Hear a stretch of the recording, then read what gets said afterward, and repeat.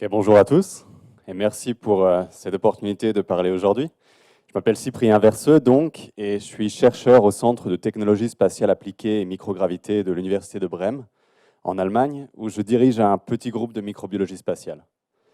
Mais aujourd'hui je suis là pour vous parler de quelque chose de complètement différent, la base Concordia en Antarctique, qui est une base qui est très particulière pour différentes raisons, dont le fait qu'elle est gérée conjointement par deux pays, la France et l'Italie, via l'IPEV et le PNRA. Je précise d'ailleurs que je ne les représente pas aujourd'hui. Aujourd'hui, je parle en mon nom propre. Je vais simplement vous raconter l'hivernage auquel j'ai participé de mon point de vue. Et donc, ce que je raconte n'engage que moi. Mais avant de commencer, je voudrais commencer par lever un doute, peut-être, ou en tout cas répondre à une question qu'on me pose assez souvent, en général avec un air suspicieux, qui est « Qu'est-ce qu'un astrobiologiste est allé faire en Antarctique ?» Et au risque de vous décevoir, la réponse est un peu moins excitante que ce que promet la question. La raison, c'est simplement que du fait de mon travail, j'ai été amené à vivre dans des conditions un peu extrêmes, ou en tout cas isolé et confiné, pendant des périodes prolongées, jusqu'à un an coupé du monde, 366 jours, puisque c'était une année bissextile. Et c'est plus pour cette expérience-là que pour ma formation d'astrobiologiste que je me suis retrouvé en Antarctique. Donc a priori, non, on n'a toujours pas retrouvé de vie extraterrestre dans les glaces de l'Antarctique. En fait, j'ai été sélectionné comme glaciologue et chimiste de l'atmosphère. Et je peux vous raconter un peu comment j'ai été sélectionné pour que vous ayez une idée de la façon dont est fait le processus de recrutement pour ce type de mission. J'ai été recruté par la partie italienne, par le PNRA, et ça a commencé donc avec des entretiens, avec d'abord une sélection par les scientifiques, puisqu'un scientifique pour ces missions est d'abord sélectionné par d'autres qui veulent simplement que la personne mène les expériences là-bas, mais ensuite, il ou elle doit passer les épreuves de sélection orchestrées par les instituts polaires qui visent surtout à vérifier que la personne sera capable de traverser l'hivernage. Donc on a eu ensuite des tests médicaux d'abord. J'ai passé 2 jours dans un hôpital militaire à Rome où à peu près toutes les parties de mon corps ont été examinées par des spécialistes. Ensuite, on nous a amenés à Bologne, en Italie. On a eu une semaine d'abord de formation théorique et pratique, et puis aussi différentes épreuves pratiques qui visaient surtout à voir comment est-ce qu'on se comportait dans des situations d'urgence ou dans des situations qui étaient en tout cas un peu stressantes.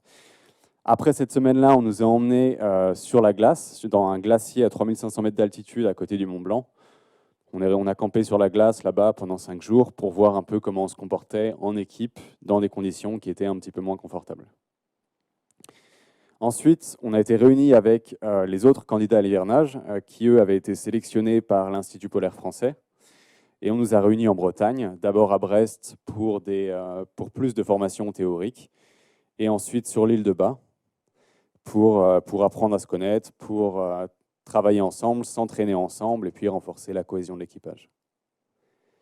Suite à cette période, j'ai été sélectionné comme chercheur, mais aussi comme chef de base pour l'hivernage, puisque le chef de base pendant l'hivernage est sélectionné parmi tous les candidats pendant cette période d'observation. Quelques semaines plus tard, donc ça nous amène en janvier 2018, je suis parti pour l'Australie, pour la Tasmanie, où à Hobart, j'ai embarqué sur l'Astrolabe, qui est ce brise-glace d'à peu près 70 mètres de long opéré par la Marine nationale. Et c'est un bateau qui a l'air d'avoir été optimisé plus pour les contours de l'Antarctique que pour les mers très agitées qu'il doit traverser. Sans rentrer dans les détails, le surnom de l'Astrolabe, c'est le Gastrolabe. Mais c'est un voyage que je suis très content d'avoir pu faire, puisque c'est un voyage superbe. Alors au début, on ne voit pas grand-chose, on voit juste de la mer avec des vagues très agitées. Mais après environ 4 jours de traversée, on commence à voir un premier morceau de glace, donc un morceau de banquise à la dérive. Puis ensuite, on va voir un manchot, ensuite on va voir un iceberg, et puis un phoque, et de plus en plus de faune, et de plus en plus de glace, jusqu'à ce que, en général, autour du 5e jour, on voit au loin une énorme masse blanche, le continent antarctique avec sa ceinture de banquise. L'Astrolabe est venu se ficher dans la banquise, et la plupart des passagers et une partie du matériel ont été évacués par hélicoptère jusqu'à la base de Dumont-d'Urville, qui est la base française sur la côte, en Terra Delhi, qui était de l'autre côté de la banquise, parce que la plupart des passagers allaient passer l'hiver ou une partie de l'été là-bas. On était encore 6 passagers sur l'Astrolabe qui voulaient aller à Concordia. Le problème, c'est qu'il il n'y avait pas d'avion disponible pour nous emmener à ce moment-là. On est arrivé plus tard que prévu. Le voyage a pris 3 semaines au total. Il n'y avait pas de place sur nous à Dumont-d'Urville et on attendait une tempête. Alors on a dû repartir en arrière sur une centaine de kilomètres pour aller s'abriter derrière un énorme iceberg, le temps que la tempête se calme. Et puis on est revenu et on a passé encore quelques jours à faire des ronds dans l'eau, plus ou moins, simplement pour rester en mouvement et pas se faire piéger par les glaces qui pourraient se refermer. Et donc on a passé pas mal de temps donc, sur l'Astrolabe, plus de temps que prévu, mais secrètement j'en étais ravi, parce qu'on a des paysages, encore une fois, qui sont superbes, surtout parce qu'à cette latitude et à cette période de l'année, le soleil se couche jamais complètement. On a des très longs couchers de soleil, suivis par des très longs levées de soleil, et avec la glace, et avec les reflets dans l'eau, et avec la faune, ça donne des paysages qui sont magnifiques. Finalement, on a dû nous arracher à l'Astrolabe, on est parti par hélicoptère à la base de Dumont-d'Urville. La base de Dumont-d'Urville, pour ceux qui ne l'auraient jamais vu, c'est en gros des containers éparpillés sur des rochers et pour certains reliés par des passerelles en métal. Mais surtout, on m'avait dit qu'il y avait des colonies de manchots à Dumont-d'Urville. Je me suis rendu compte que ce n'était pas tout à fait vrai. En fait, Dumont-d'Urville est une colonie humaine au milieu des manchots. C'est surtout des manchots Adélie. Pour vous les représenter, vous avez peut-être en tête des images du manchot empereur. Et le manchot Adélie, ça serait son petit cousin hyperactif. Ils arrivaient à peu près aux genoux, ils passent leur journée à se brailler les uns sur les autres, à se gifler avec leurs nageoires, à se voler les nids dont ils se servent pour faire leur nid, à se faire la cour. Et on avait pour consigne de ne pas les approcher, pour ne pas les perturber. Mais eux avaient beaucoup moins de scrupules, ils pouvaient venir se planter devant nous et puis nous fixer pendant 10 minutes s'ils étaient curieux, ou alors nous brailler dessus s'ils étaient de mauvaise humeur.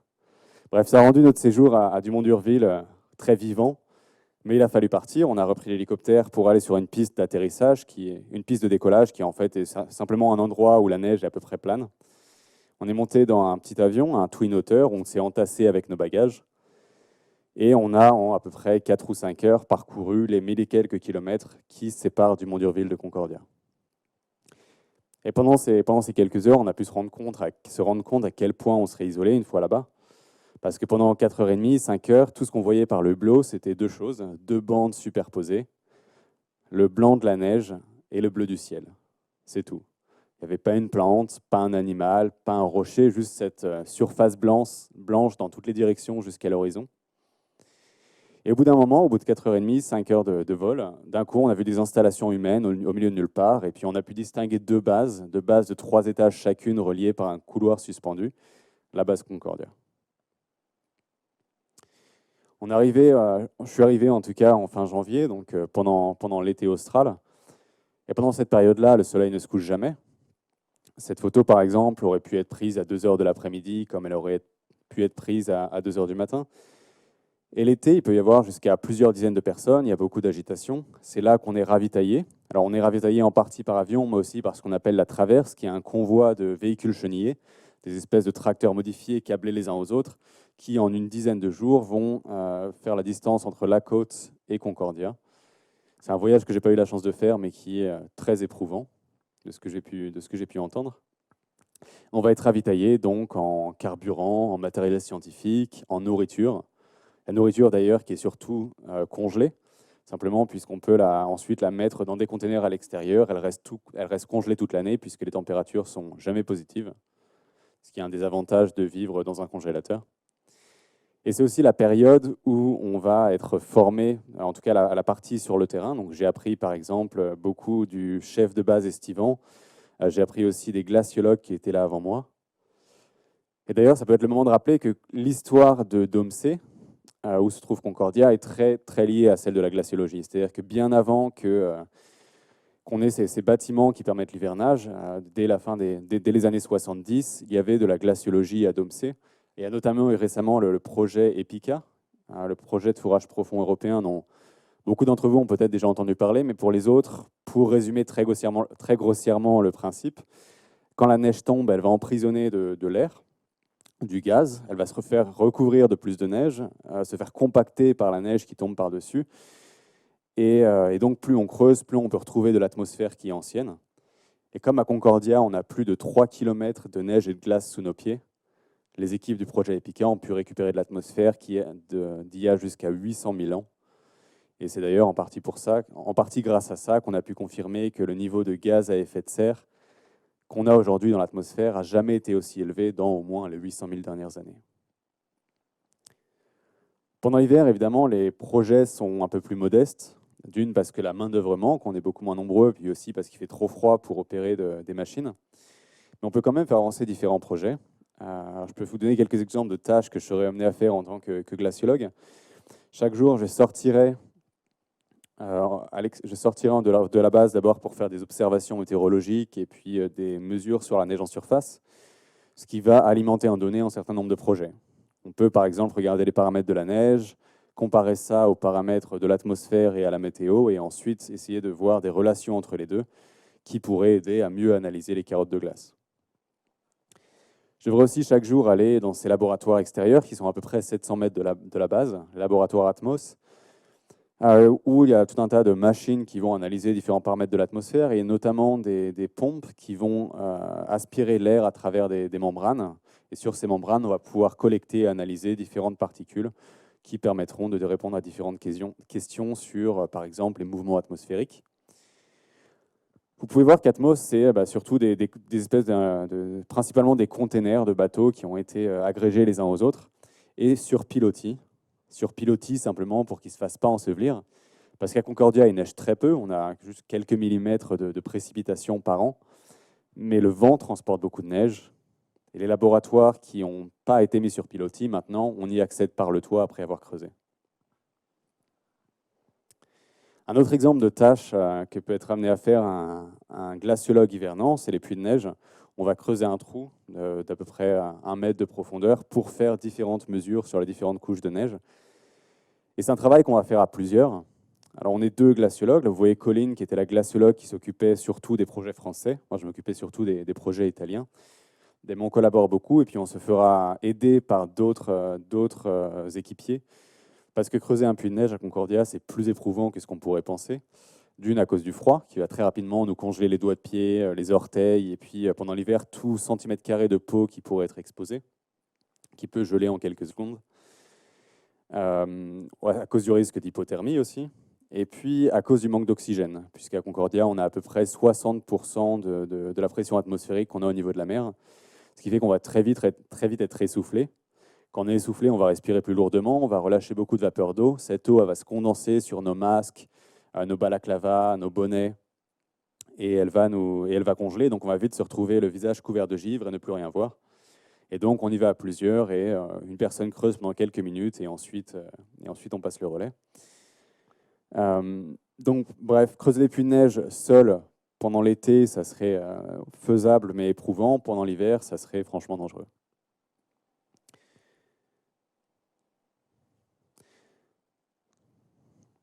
Voilà, ça c'est un exemple de puits de neige creusé pendant l'hiver, en début d'après-midi, si je me souviens bien. Et donc on a été formé à toutes ces choses-là pendant l'été. C'est une période qui est très vivante, qui passe très vite, enfin, surtout pour moi, puisqu'il suis arrivé assez tard dans la saison pour différentes raisons. Et un jour, dans la première moitié de février, le dernier avion de la saison est parti et on s'est retrouvé à 13, sachant qu'on pouvait être jusqu'à 70, 80 jusque-là. Et donc on était les hivernants. Il y avait 6 Français, 6 Italiens, 11 hommes, 2 femmes, une partie de techniciens, cuisiniers, médecins pour maintenir l'équipement et les équipiers en vie, et puis une partie de scientifiques. Et à partir de ce moment-là, on savait qu'on serait complètement isolé pendant 9 mois. Complètement simplement parce que les températures deviennent trop basses pour que des véhicules puissent faire le trajet. Elles peuvent descendre jusqu'en dessous de moins 80 degrés Celsius, et avec le vent en dessous des moins 100 degrés ressentis. En même temps que les températures, la luminosité va baisser. On va d'abord avoir une période presque normale avec un soleil qui va se lever le matin et se coucher le soir. Et puis petit à petit, le soleil va se lever de moins en moins haut, se coucher de plus en plus bas. On va avoir une période très très belle où les aubes et les aurores vont se succéder. Et avec les propriétés qu'on a là-bas dans l'atmosphère, on a des couleurs, des effets d'optique qui sont très particuliers. Le soleil va continuer à descendre jusqu'à un jour dans la première moitié de mai où le soleil va passer sous l'horizon pour la dernière fois de la saison. Et pendant 3 mois, on ne le verra plus. Évidemment, les conditions pendant l'hiver, pendant la nuit polaire, peuvent être un petit peu difficiles, mais elles valent la peine d'être affrontées puisqu'elles donnent un environnement qui est presque idéal pour différentes sciences. La glaciologie, par exemple, dont on a déjà parlé et qui continue évidemment pendant l'hiver. La chimie de l'atmosphère aussi. Bref, tous ces domaines qui tirent avantage de la pureté de la neige et de l'air. On a aussi de la physique de l'atmosphère. On a un observatoire de magnétisme. On a un observatoire de sismologie, puisque Concordia est un endroit qui est très, très stable sismiquement, qui est très loin des perturbations de la côte et d'à peu près toute source de vibration. Donc on peut analyser des séismes avec une sensibilité et une précision qui sont extraordinaires. Bref, on a tout un tas de sciences qui nous permettent de mieux comprendre notre planète. On a aussi des sciences qui sont tournées vers l'espace. Concordia, c'est un excellent site pour l'astronomie, notamment parce que l'atmosphère est très fine et très sèche, et très stable passé les 30 premiers mètres, donc on voit très bien à travers. Et pendant la nuit polaire, on peut suivre des objets célestes en permanence, sans être interrompu par le Soleil. On a aussi des recherches qui aident à préparer l'exploration spatiale, puisque Concordia, c'est ce qui se rapproche le plus sur Terre d'une future base sur la Lune ou sur Mars. Par exemple, du fait de l'isolement, du fait du confinement, du fait du profil des équipiers, du fait qu'on dépend de la technologie pour notre survie. Évidemment, l'air est respirable, mais on aurait peu de temps devant nous si le chauffage arrêtait de fonctionner. Et donc, pour toutes ces raisons, l'Agence spatiale européenne, qui est partenaire privilégié à Concordia, envoie chaque année un ou une médecin-chercheur qui va regarder comment est-ce qu'on s'adapte à cet environnement. On va regarder à la fois comment on s'adapte physiologiquement, par exemple, voir comment est-ce que notre système immunitaire évolue dans cet environnement où il ne voit jamais rien de nouveau, mais aussi psychologiquement. Si vous avez tendance à avoir le moral qui baisse quand le temps est couvert ou en hiver, quand les journées sont courtes, vous pouvez imaginer ne pas voir le soleil pendant 3 mois, sans compter l'isolement, sans compter le fait de ne pas voir ses proches. Bref, les gens, les hivernants, sont toujours affectés dans une certaine mesure et d'une façon qui pourrait être similaire à celle des astronautes qui iront sur la Lune ou sur Mars. Après avoir dit ça, je voudrais quand même ne pas vous donner une idée fausse et je voudrais préciser que c'est une expérience qui est très très belle, un hivernage à Concordia, qui est très belle en partie grâce au paysage. Et pour mon travail, j'avais la chance de devoir sortir tous les jours. Quand je sortais, j'étais souvent la seule personne à l'extérieur, à des centaines de kilomètres à la ronde. J'entendais juste le bruit de mes bottes dans la neige et le bruit du vent. J'avais au-dessus de moi des étoiles avec une clarté que j'avais jamais vue, nulle part ailleurs. On avait l'impression que la Voie lactée était presque tracée dans le ciel à la peinture blanche. Et la lumière de la Lune, quand la Lune était sortie, suffisait en général à éclairer mes pas. C'est-à-dire qu'on avait l'impression presque que la neige absorbait la lumière de la Lune, en devenir presque phosphorescente, et je n'avais pas besoin d'allumer ma lampe frontale. On avait parfois aussi des aurores australes. Donc c'était très beau du fait des paysages, mais aussi pour l'aventure humaine. J'ai énormément de très beaux souvenirs avec mes coéquipiers. Je peux en partager un avec vous. À cette soirée, on avait redécoré notre salle de conférence sur le thème de l'île paradisiaque. On avait décoré les murs avec des oiseaux tropicaux en carton peint. On avait transformé un vieux filet de volleyball en filet de pêche avec des crustacés en origami. On projetait sur le mur une vidéo de mer et de plage en plan fixe. On avait construit des fontaines, des palmiers en bois et en carton. On avait éteint les lumières et on avait mis à la place des lampes à aube qui simulent un coucher de soleil. On avait mis des chauffages d'appoint qui nous permettaient d'augmenter suffisamment la température pour venir en maillot de bain.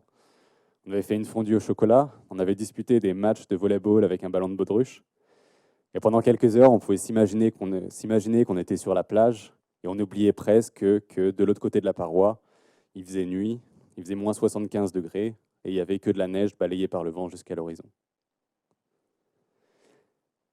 Et il y a quelque chose d'assez important qui s'est passé cette nuit-là, quelque chose qui était subtil mais qui était bien présent dans nos esprits, qui est que ça, c'était autour du 21 juin, donc au milieu de la nuit polaire, et on savait qu'à partir de ce moment-là, le soleil arrêterait de s'enfoncer de plus en plus profondément en dessous de l'horizon, mais qui commençait à se rapprocher. Les semaines ont passé, et aux alentours de midi, on a commencé à voir des lueurs qui étaient chaque jour un peu plus intenses, jusqu'à ce qu'un jour, dans la première moitié d'août, un premier fragment du soleil passe l'horizon. Alors évidemment, c'était juste un petit fragment, et puis c'était juste quelques minutes, on a très vite retrouvé les étoiles, mais on savait qu'à partir de ce moment-là, il reviendrait chaque jour, que chaque jour, il irait un peu plus haut et que chaque jour, il resterait un peu plus longtemps, jusqu'à ne plus quitter le ciel et qu'on retrouve ce jour permanent. Cela dit, les températures ne sont pas remontées immédiatement avec la luminosité, comme vous pouvez le voir sur cette photo, par exemple, où on jette de l'eau bouillante dans l'air. Ou celle-là, on souffle une bulle de savon qui gèle presque instantanément. Ou celle-là qui se passe de commentaires. Les températures donc étaient encore basses, mais on avait l'impression d'avoir plus chaud. Notre impression était différente de celle qu'indiquait le thermomètre, parce que la luminosité nous donnait cette impression-là. Il restait encore du temps. Quand on a vu le premier fragment de soleil, il restait encore 3 mois d'hivernage. Mais ces 3 mois qui sont passés très vite, parce qu'on avait énormément de choses à faire, des projets à terminer, la base à préparer, des rapports à rédiger. Et puis aussi parce que la luminosité nous avait remonté le moral. Et donc on est arrivé assez vite à ce jour de la première moitié de novembre, où le premier avion de la saison est atterri et a mis fin à 9 mois d'isolement. Merci de votre attention.